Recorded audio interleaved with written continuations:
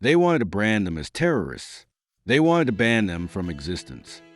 Instead, the British government just handed them a megaphone, a blank check, and a legal victory that effectively legalizes the sabotage of the arms industry. Breaking reports confirm a humiliating defeat for the UK Home Office. The government has officially conceded its high court battle against Palestine Action, the direct action group known for scaling factory roofs, smashing windows, and shutting down operations of Israeli defense contractor Elbit Systems. The previous administration had attempted to use the nuclear option of domestic law enforcement, prescription. They wanted to designate Palestine Action as a terrorist organization, putting them in the same legal category as ISIS or Al-Qaeda. It was a gamble designed to silence dissent with a single stroke of a pen. But the gamble failed. By conceding the case before it even went to trial, the Home Secretary has tacitly admitted that the attempt to ban the group was unlawful, disproportionate, and politically motivated. The state didn't just lose, they surrendered, and in doing so, they have exposed the fragility of the entire Western crackdown on protest.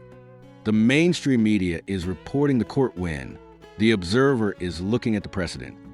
To understand why this matters, you have to look at the target. Palestine Action isn't holding placards on a Saturday afternoon. They are physically dismantling the supply chain of a foreign military. They target Elbit Systems, Israel's largest private arms company, which manufactures the drones and munitions used in Gaza. For years, the UK government has tried to protect these factories. They use injunctions. They use mass arrests. They use draconian anti-protest laws. None of it worked. The terrorism designation was their final card. The logic was simple. If you can't stop them with police, stop them with intelligence agencies.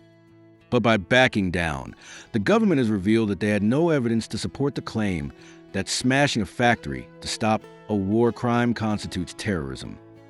Let's look at the deep dive data. The legal victory for co-founder Huda Ammori is not just about avoiding jail. It is about legitimacy. The High Court challenge forced the government to open its files. It forced them to justify why protecting the profits of a foreign arms manufacturer was a matter of national security. They couldn't do it. The backfire effect here is massive. Proscription is supposed to isolate a group. Instead, this attempt has mainstreamed them. It has signaled to every activist in Europe that the terrorist label is a paper tiger if you have good lawyers and the facts on your side. The government has effectively paid Palestine Action's legal bills, transferring taxpayer money into the war chest of the very group they tried to destroy. The implications for the defense industry are severe. Elbit Systems is now more vulnerable than ever. If the government cannot legally ban the group that is tearing their factories apart, how do they protect their assets?